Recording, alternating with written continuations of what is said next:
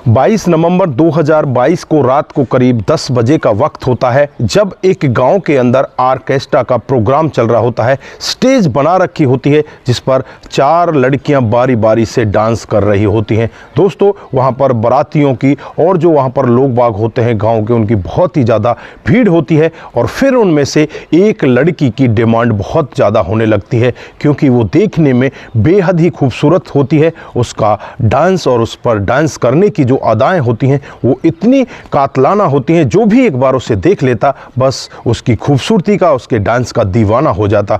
दोस्तों, वो लड़की लगातार 2 घंटे तक डांस करती है, लेकिन जो भीड़ होती है बार बार उसे ही बुलाने का यत्न करती है और कहती है कि इसी लड़की से हमें डांस चाहिए, बाकी आपकी जो लड़कियां हैं वो सब बेकार हैं। दोस्तों, वो लड़की इतनी परेशान हो जाती है, जो ऑर्केस्ट्रा का मालिक होता है वो बार बार उस लड़की के ऊपर दबाव बना रहा था कि तुझे नाचना ही होगा, लेकिन सुबह के 4 बज जाते हैं और लड़की हार थक कर बेहोश हो जाती है। और दोस्तों, उसके बाद जो वहां पर होता है, आप भी अगर पूरा मामला जानोगे तो एक बार के लिए आप भी सोचने के लिए मजबूर हो सकते हो। आइए दोस्तों, जानते हैं पूरा मामला क्या था। नमस्कार, जय हिंद। आप देख रहे हैं APH न्यूज़ राहुल रावत के साथ। तो दोस्तों, आज की जो हकीकत की घटना आपको बताने जा रहा हूं, उत्तर प्रदेश में एक जिला पड़ता है हरदोई। ये हरदोई के ही एक गांव की हकीकत की घटना है। यहाँ पर 22 नवंबर 2022 की रात को ऑर्केस्ट्रा का प्रोग्राम चल रहा होता है। बाराती वहां पर होते हैं और जो घर वाले होते हैं वो भी वहां पर होते हैं। शादी का प्रोग्राम चल रहा होता है। इधर धूमधाम से ऑर्केस्ट्रा पर लोग बाग डांस कर रहे होते हैं। स्टेज बनी होती है और वहां पर जो बाराती होते हैं ज़्यादातर नशे में धुत होते हैं। दोस्तों, 10 बजे तक 3 लड़कियां डांस करती रहती हैं, लेकिन 10:05 पर एक चौथी लड़की आती है जिसका नाम चांदनी होता है। चांदनी नाम बदला हुआ है। दोस्तों, उसके बाद जब चांदनी डांस करने के लिए आती है तो सभी की सांसें एक बार के लिए रुक जाती हैं। दोस्तों, चांदनी देखने में जितनी खूबसूरत होती है उससे कहीं ज़्यादा खूबसूरत उसका डांस होता है, उसकी अदाएं होती हैं। उसकी अदाओं का हर कोई दीवाना हो जाता है। वहाँ पर जो भी व्यक्ति चांदनी को देखता है, चांदनी को देखता ही रह जाता है। उसके ऊपर पैसों की बरसात करने लगता है। चांदनी यहाँ पर पैसे इकट्ठा करने लगती है। जो ऑर्केस्ट्रा का मालिक होता है बहुत ही ज़्यादा खुश होता है और चांदनी को लगातार डांस करवाता रहता है। लगभग 2 घंटे तक चांदनी डांस करती है, यानी कि 10:30 से 12:30 का टाइम हो जाता है। चांदनी अब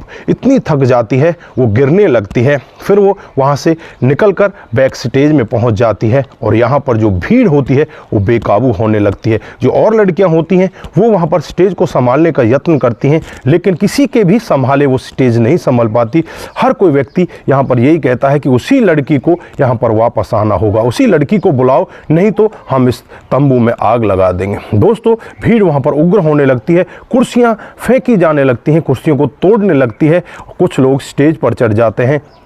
जो यहाँ पर ऑर्केस्ट्रा का मालिक होता है उसके ऊपर दबाव बनाया जाता है कि उस लड़की को लेकर आओ, नहीं तो आपके लिए अच्छा नहीं होगा। आपने बहुत सारे पैसे लूट लिए हैं और वो लड़की हमें अभी भी दिखाई नहीं दे रही। उसके बाद जो ऑर्केस्ट्रा का मालिक होता है उस लड़की चांदनी के पास जाता है और उससे कहने लगता है कि आज मेरी इज्जत का सवाल है, मेरी इज्जत बचा दो। लेकिन यहाँ पर चांदनी कहने लगती है कि साहब, आप देख रहे हो मेरी हालत कितनी ख़राब हो चुकी है, मैं बिल्कुल खड़े होने में भी समर्थ नहीं हूँ, मैं बुरी तरह से हार चुकी हूँ, अब मैं डांस नहीं कर सकती, एक कदम से भी मेरे से नहीं चला जा रहा। लेकिन यहाँ पर जो मालिक होता है वो दबाव उसके ऊपर इस तरह से बनाता है और उससे कहता है कि तुम्हें नाचना ही होगा, नहीं तो ये लोग हमें मार डालेंगे। उसके बाद चांदनी को फिर से स्टेज पर लाया जाता है। जैसे ही चांदनी स्टेज पर आती है तो भीड़ एकदम से छुम हो जाती है। दोस्तों, उसके बाद जब चांदनी डांस स्टार्ट करती है तो पूरा माहौल वहाँ पर डांस का बन जाता है। सभी लोग वहाँ पर नाचने लगते हैं। दोस्तों, इसी तरह से फिर लगभग 1 से 2 घंटे तक वो चांदनी नाचती रहती है। दोस्तों, उसके बाद फिर वो वहाँ से इतनी बुरी तरह से थक जाती है, स्टेज पर ही एक बार तो गिरने लगती है। उसके बाद वो फिर बैक स्टेज पर पहुँच जाती है और चुपके से जाकर वहाँ पर 112 नंबर पर कॉल कर देती है। दोस्तों यहाँ पर भीड़ फिर से हंगामा करने लगती है और करीब 3:30 या 3:45 बजे का वक्त हो जाता है। दोस्तों जैसे ही पुलिस वहाँ पर पहुँचती है, पुलिस को देखकर सभी वहाँ पर शांत होने लगते हैं, क्योंकि पुलिस की 2 जिप्सी वहाँ पर भर कर आती हैं। उसके बाद वहाँ पर हंगामा होने लगता है कि पुलिस आ गई, पुलिस आ गई। फिर वहाँ पर पता किया जाता है कि पुलिस को किसने बुलाया है, लेकिन वहाँ पर कोई भी ये बताने के लिए तैयार नहीं होता कि हमने पुलिस को बुलाया है। जो ऑर्केस्ट्रा का मालिक होता है वो भी पुलिस को नहीं बुलाना चाहता था, क्योंकि वहाँ पर उसको बहुत सारे पैसे मिल रहे थे, हर मिनट में पैसों की वहाँ पर बौछार हो रही थी। लेकिन यहाँ पर जो लड़की थी उसकी हालत इतनी ख़राब थी कि बस वो खड़ा ही नहीं हो पा रही थी। और उसके बाद जब पुलिस वाले वहाँ पर जांच पड़ताल करने लगते हैं तो उन पुलिस वालों में ही एक पुलिस वाला होता है जो कांस्टेबल होता है, जिसका नाम होता है दिनकर यादव, जो बलिया ज़िले का रहने वाला होता है। दोस्तों वो उस लड़की की तरफ देखता है तो उसकी खूबसूरती को देखकर निहारता ही रह जाता है और देखते हुए कहने लगता है कि मैडम शायद आपने फ़ोन किया है। तो यहाँ पर वो लड़की कहने लगती है कि हाँ साहब, फ़ोन तो मैंने ही किया है, लेकिन इस सब के बारे में तुम किसी को बताना मत, नहीं तो मेरी नौकरी चली जाएगी और मेरा घर परिवार एकदम से रोड पर आ जाएगा, मेरा घर परिवार एकदम से भुखमरी की कगार पर चला जाएगा। दोस्तों यहाँ पर ऑर्केस्ट्रा के मालिक को भी फटकार लगाई जाती है, बाकी जो लोग होते हैं उनको वहाँ से तितर बितर किया जाता है और कहा जाता है कि सुबह के 4 बजने वाले हैं, तुम कब तक इस ऑर्केस्ट्रा को चलाओगे? रात के 10 बजे के बाद डीजे को बंद कर दिया जाता है, लेकिन तुमने तो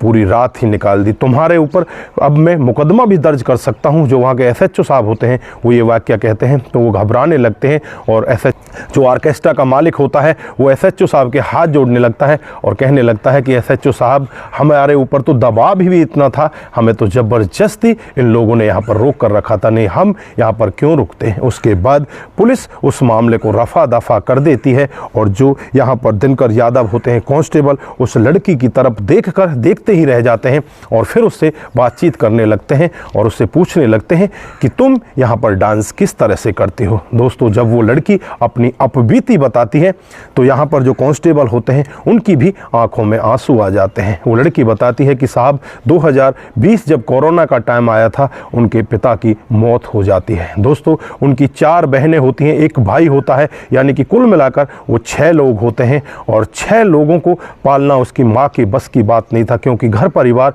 इतना धनाढ्य नहीं था, उनके पास कोई धन नहीं था, वो एक गरीब परिवार था। मजदूरी कर माँ उन बच्चों को पालती रहती है। लेकिन पर जो चांदनी होती है उससे 4 बड़ी बहनें होती हैं और जो भाई होता है वो छोटा होता है। कुल मिलाकर ये 6 लोग होते हैं।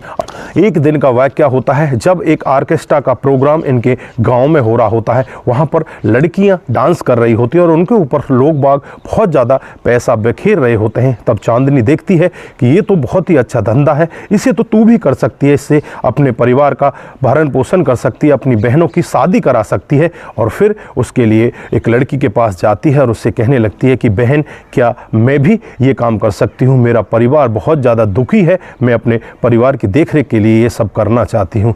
तो वो लड़की उससे कहती है कि तुम कर तो सकती हो, लेकिन ये काम बहुत बुरा है, यहाँ पर लोग स्टेज पर चढ़ जाते हैं, बुरा भला बोलते हैं, ये काम अच्छा नहीं है, लेकिन मजबूरी है तो तुम कर सकती हो। यहाँ पर वो कहने लगती है कि इसमें तो काफ़ी सारी आमदनी तो हो जाती होगी, लेकिन यहाँ पर वो सामने वाली लड़की उससे कहती है कि जो तुम्हें दिखता है वो हमारे पास नहीं आता, वो सब ऑर्केस्ट्रा के मालिक के पास जाता है, हमारे पास तो एक फिक्स आमदनी होती है कि आपको 700 या 1000 रुपये तक आपको मिल जाएंगे, साल में लाख या 1.25 लाख रुपए आप कमा सकती हो। लड़की बहुत ज़्यादा खुश होती है और सुबह होते ही जो ऑर्केस्ट्रा का मालिक होता है उससे उस लड़की को मिला दिया जाता है। ऑर्केस्ट्रा का मालिक उस लड़की की मासूमियत को देखकर, उसकी खूबसूरती को देखकर एकदम बहुत ज़्यादा खुश होता है और कहने लगता है कि अगर ये लड़की हमारे ऑर्केस्ट्रा में रहेगी तो हमारे ऑर्केस्ट्रा की आमदनी दुगनी हो जाएगी। फिर उसे 1000 रुपये पर डे में रख लिया जाता है और उसके बाद वो धीरे धीरे करके इसी तरह से काम करती रहती है। अपनी 2 बड़ी बहनों की भी